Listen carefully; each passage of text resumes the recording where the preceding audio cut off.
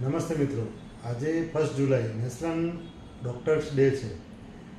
આજના દિવસે ઘણા બધા લોકોએ હેપી ડૉક્ટર ડે તરીકે વિશ કર્યું છે. મિત્રોએ સગા સંબંધીઓ તેમજ ઘણા દર્દી અને તેમના સગાવાલાએ પણ મિત્રો, ડૉક્ટર તરીકે અને ડૉક્ટર માટે હેપી ડૉક્ટર ડે સેલિબ્રેટ કરવું એ ફક્ત આજનો દિવસ નથી અને બાકીના દિવસોમાં હેપી રહેવું પણ બહુ ટફ છે. કેમ કે એઝ અ ડૉક્ટર તરીકે આજની તારીખમાં દર્દીની જવાબદારી, હોસ્પિટલની જવાબદારી, મેડિકો લીગલ ઇસ્યુની જવાબદારી, સોશિયલ જવાબદારી, ઘરની જવાબદારી, ઘણી બધી જવાબદારી મેટર કરી જાય છે અને અફેક્ટ કરે છે. તો આ દરમિયાન હેપીનેસ જાળવવા માટે શું કરવું? તો મિત્રો, એક બાબતો છે જે ખાસ કરીને આપણે જો સંભાળીએ, જેમ કે એક મેન્ટલ હેલ્થ, ફિઝિકલ હેલ્થ અને સોશિયલ હેલ્થ.